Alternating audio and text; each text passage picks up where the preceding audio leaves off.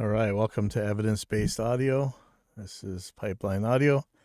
This is episode 207, and I'm calling it Skynet. I guess everybody knew that was coming, right? All right, so first of all, I want to say I know some of you guys are talking about how mostly talking about guitar things nowadays and a lot of reviews and stuff like that. We're not doing so much of the skepticism and myth busting as I normally do. There's a couple reasons for that. We should be back on that pretty soon, but I think the main one right now is for some reason I'm having some sort of health issue that I am just falling asleep all the time. I can barely mix right now without falling asleep. And anything really technically I'm doing, it's really hard for me to stay awake. So these episodes are getting shorter as well, but I've been looking into some things to hopefully help with that. So let's hope that goes away. But that's why. But yeah, I have plans. We have some shows lined up with some guests that I think you guys will really like when it comes to really doing the work of evidence based audio engineering. Okay. So all that said, I keep seeing these ads, I think in Instagram and Facebook. So here's the ad if you guys are watching. It says and you know, it's so funny how hard it is to find ads when you actually want to find them, but they're easy when you don't want to find them. Anyways, this is from Zoom, the audio interface company. You guys might know them from way back in the day. They built multi-effects processors that you'd actually put on your strap, and then they make pedal boards and stuff nowadays. They make really handy field recorders, like really good ones. They also make interfaces, and if you go to the audio interface round trip latency roundup page, their drivers are pretty good. They're not RME, but they're good. So here's I'll read you what the ad says. It says, finally an audio interface that won't clip. That's interesting. With 32-bit float technology, the UAC 232 guarantees clear and low noise recordings with no need to worry about gain. $200. It's like a 2-channel. Looks like it's got mic, preamp, DI. What you don't normally expect, like from a Scarlett, like a Focusrite 2i2 or whatever. So we're Zoom and we're for creators, and just going through here. Okay, so 32-bit float. Now the world isn't. I mean, well, okay, you can record to a floating bit format. I think Reaper would let you do that. Right, I'm pretty sure that you can write to it. But the numbers have to stop somewhere. I don't think it can float forever. And as far as I know,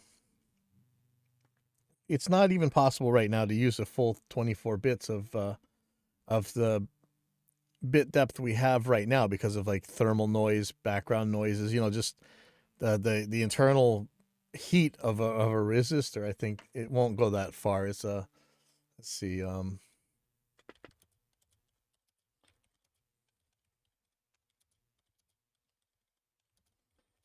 see if somebody comes up on Google.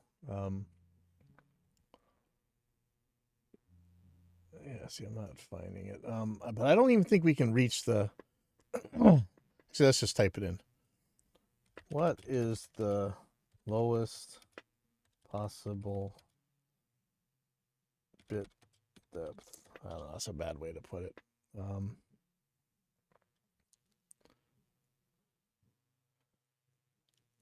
pretty sure that we can't even get anywhere close to what the 24 bit is anyway. I'm sorry. This is the problem I've been talking about, and just my brain is not really working. But we clip because we're recording too loud. Let's put it that way. I mean, that's really what it is. With a 24-bit interface, we can turn down what's going into it so much. But yeah, we always want to see it look really high up in the DAW. I don't know why that is. I'm guilty of the same thing. I'm coming real close to zero all the time, and I know that it's not really doing me any good. And in fact, for a bunch of reasons, it could be doing a lot worse. Let's say, and we talked about this before, but let's talk about where your reference level is. Like, let's say 0, your 0 VU of +4, whatever, is at -18 decibels full scale. That means that when you're going to 0, you're taking devices that you didn't trust, 20 years ago, these cheaper mic preamps and stuff. You don't trust them to get up to even -10 dBV, like, the lower operating level. You say they're going to distort, they're too noisy, they're whatever. And now you want to take that same device and turn it up, not just to where it was, but another 18 decibels on top of that. That's crazy. Okay. So we're recording too loud. I like that they're never going to clip. I don't know that this really means that you're going to be recording to 32-bit float. Let's see. I'm so sorry. My brain is just not working anymore. So if I go to project settings in Reaper, I can tell the sample rate. I can't tell the bit depth. I know you can render to it. Media, let's see. Oh, right here. Okay, so wave bit depth. So right here, yeah, you could record to 32-bit floating point. You could record to 64-bit floating point if you wanted. I suppose that this floating point is going to let you get in without clipping, but you still got to clip the analog level someplace. So let's look at. I'm very skeptical of this, exactly how this would work, but so let's look at this thing. I remember people were talking about 32-bit float interfaces a while back, and just nobody ever made it. So let's see. It's got individual switchable phantom power on each channel.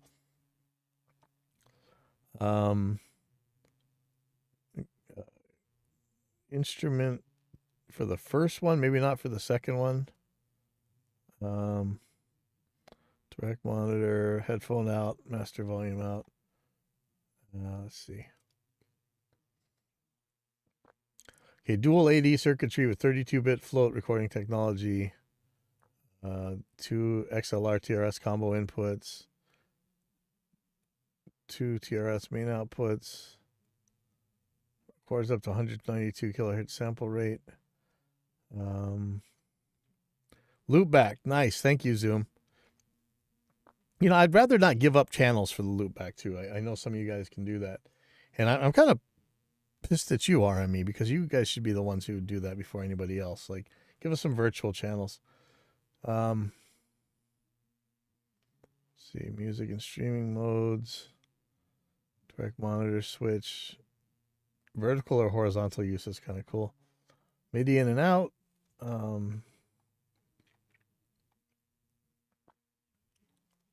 What I really want to know is, what do you want to say about this 32-bit? Let's go ahead and play the thing here. Hi everyone, this is Samuel from Zoom. The UAC 232 is the first ever dedicated audio interface with 32-bit float recording. With this technology, there's no need to set gain or worry about monitoring levels. It just seems weird. Like, if you hit too high, you're still going to clip the analog part of the circuitry, right? And we already could, and should turn down a lot. I'm very hesitant to use the word resolution here. I'd like to get a better DSP guy on than me. I know you guys think I have a really good understanding of this. I do, and I don't. I don't think there's any of the resolution word to be gained by recording hotter necessarily. Let's go on. Once you start recording, you can focus on your music. The UAC 232 uses dual AD converters and 32-bit flow recording to capture clip-free, low-noise recordings no matter how loud or quiet a performance gets. Because 32-bit float offers a larger dynamic range, you'll be able to prevent clipping and distortion in your recordings. This can save takes that would otherwise be lost due to changes in volume. The UAC 232 combines this with low noise preamps, equivalent to the preamps in our professional F-Series recorders, guaranteeing crisp and clean recordings no matter your instrument. The XLR TRS inputs can accept microphones, instruments, and line level signals. After plugging in the UAC 232 to your PC, Mac, or iOS It seems like there may be only one DI input here. I'm not sure about that. device, open up the free mix control software to complete your setup. First, select music or streaming mode. Music mode will route the inputs separately to your DAW for recording. Most DAWs are compatible with 32-bit float recording, including Pro Tools, Ableton, Cubase, and more. Switch to streaming mode and both inputs will be combined into a single signal to seamlessly route the audio for streaming software such as OBS. If you want to add audio from a web browser or music player to your stream or recording, you can activate Loopback to combine computer audio with your input signal. In Mix Control, you can see a preview of your audio waveform from your inputs. You can adjust the volume with a slider for each input to dial in the perfect level for recording. But this is not a gain adjustment, and regardless of the volume set by the software, 32-bit float audio allows you to drastically raise or lower the volume of your recorded files without affecting their quality. Mix Wait a second. Is there actually no gain? Hold on. Control also offers mix controls for direct monitoring. You can monitor using the powerful headphone output on the front of the UAC 232 or the balance line outputs on the back. There's also a MIDI in and out for connection to external MIDI gear. With 32-bit float technology, great sounding preamps, and easy mixer controls, the UAC 232 Yeah, look at that. Now that's balls, right? There's no gain control on this thing. Like, I just don't know if that's the right way to optimize your noise floor. Boy, this is strange. It's not like you want it bouncing up and down and recalibrating itself either. So this is this is ambitious to me. So, I mean, is this what we're going to see? Like, I hate, okay. So in my setup right now, my mic preamps are out in the room with the drums, not in this room that I'm sitting in right now. So if I'm clipping, I got to go out there and turn them down. So I've been looking at remote control mic preamps and things, but this thing, there's just no gain knob, man. That's pretty ballsy. I like this idea, I think. I'm pretty sure I could accomplish exactly the same thing by just turning down my signal in mine, and theoretically you're a little bit safer with these more bits and whatever, but I don't think it's actually going to work the way that I'm kind of describing it. I think because this thing's got to be set so that it's so high before the analog stuff clips, I mean, I'm sure you can still clip it. It just you just can't clip a 32-bit floating point number. 32 makes recording and streaming high-quality audio incredibly easy. For more information about the UAC 232, visit our website, zoomcorp.com. It looks interesting enough, right? Okay. Yeah, that is ballsy as hell to not have no gain controls. Jeez. That's really very interesting. So the real question is, are we going to see an 8-channel version of this thing with 8 add out or whatever, so we can use this in multi-track setup? Let's just look around real quick.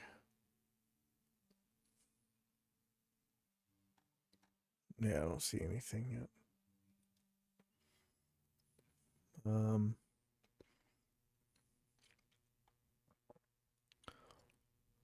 So there's a little bit about 32-bit floating point, and let's see if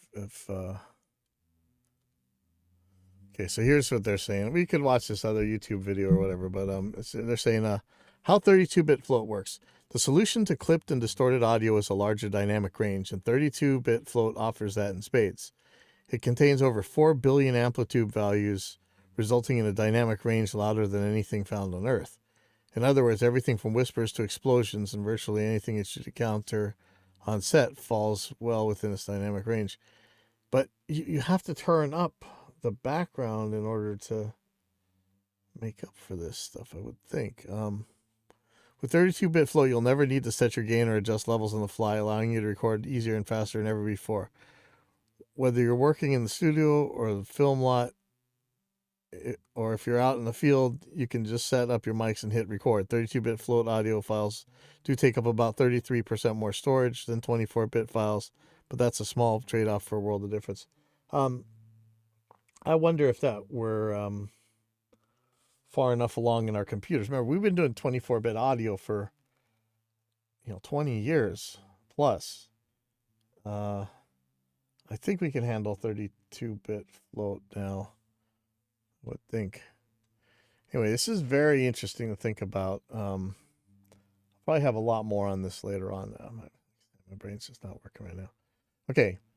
You guys may have seen the news that the Headrush pedal board, I know, sorry, I'm talking about guitar stuff again. The Headrush pedal board, there's a Prime version now, and it has some cool features. So this one's going to come with capture technology, so you can actually model your favorite amp. Right now, there's no computer editor on the computer editor for this thing, which I know it's pretty much what caused so much grief in the Quad Cortex community. I hope it's coming. This one comes with auto tune in case you want to sing with it too, but I don't know, it seems a little bit weird, but it's got a touch screen, you got a bunch of effects. I don't know what effects it has. It does have fixed layouts for where the pedals go. There's a lot about it that isn't anywhere near where the Helix is right now or Fractal, but it's got captures, so that's really cool. And I'm not sure. I got a little bit of inside information on this, but there is some cross pollination with Revolver on this thing that I've seen that posted on the forums. And if you guys don't know, Revolver quite a while ago was able to do captures. I think it's not AI, it's not dynamic, and maybe it's not the same way as Kemper does it or did it, but man, it was able to clone things that I haven't been able to clone with pretty much anything else except for other capture technology. And even then, I've had a little bit of trouble with it. So, this thing's got capture. It's full-size pedal board, which is, it's good and it's bad. Like I either want really small stuff so I can stick it on my pedal board that already exists, or I want a full-on pedal board that has everything in here. I don't know if this has harmonizers and all that stuff, but if I go to the manual, let's see. Seems to have all the ins and outs you'd really want. Let's see. 2 sets of outputs, so XLR and 1/4 inch. Looks like a single effects loop, which seems a little bit weird, when you got 4 on the Helix. But, could be okay, depending on what the other stuff does. It's got some amp control and things like on the Helix as well. But let me go to, here we go. So here's the guitar straight path. So you go from the left side on the top all the way to the right, then loop around back to the left side on the bottom, and then out. There's one with some parallel stuff, and there's one where it's splits right away at the beginning. I don't know what kind of facilities they have for mix and everything else going back and forth here. I'm hopefully going to be trying one pretty soon, and I really want to see how Revolver integrates with it. One of the reason I'm using Helix Native nowadays is the plug-in is the hardware. Like you can get the exact same thing from out of the plug-in as you can with the hardware, and I actually make my presets usually on the computer in the plug-in first, and then I send it to my hardware. I'd like to see something like that happen with Headrush, and we all expected that's how Quad Cortex was going to go, and it never did, which is I think a lot of the reasons people got such a bad taste in their mouth for it. Okay, next thing, and again, I'm sorry it's going to be short. Exciting news. So it's too much money. It's like $3,000 or whatever, but RME's got the Fireface UFX 2 or 3 out now. I want to take a good look at what it actually has ins and outs. So again, we still got the weird 4 in the front. Oh, is this thing not working? Sorry about that. The Zoom's acting funny. Got 4 mic preamps in the front. One, two, three sets of ADAT ins and outs. Word clock in and out. And we're actually this is looking good. This is like all 24 channels. It sucks it's only 4 mic pre's on it, so you have to figure out something else with the rest of those. But see what it says, 94 input, 94 output channels. I'm not exactly sure how that works. 94 inputs. Is one of these a MADI connector or something? Hold on. Oh, I think that is MADI. That would do it. Yeah, I can't read it. This might say MADI on it. Or maybe one of these things is MADI. They look different. Let's let me go back to this. Oh yeah, 2 times MADI IO. Okay, so 2 times ADAT IO. Okay, so there isn't still only the 3, but that's actually okay. 2 times is okay. 2 times ADAT IO or 2 times SPDIF optical IO. Word clock in and out. Optical MADI in and out.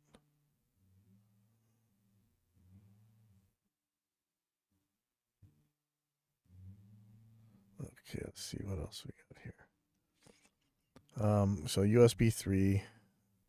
And, Army's talked about this. I don't know that matters too much, but MIDI IO.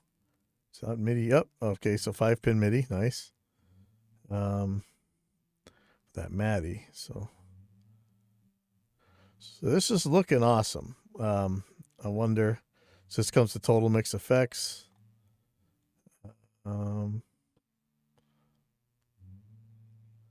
Yeah, this looks awesome if you got to use USB, which actually I do.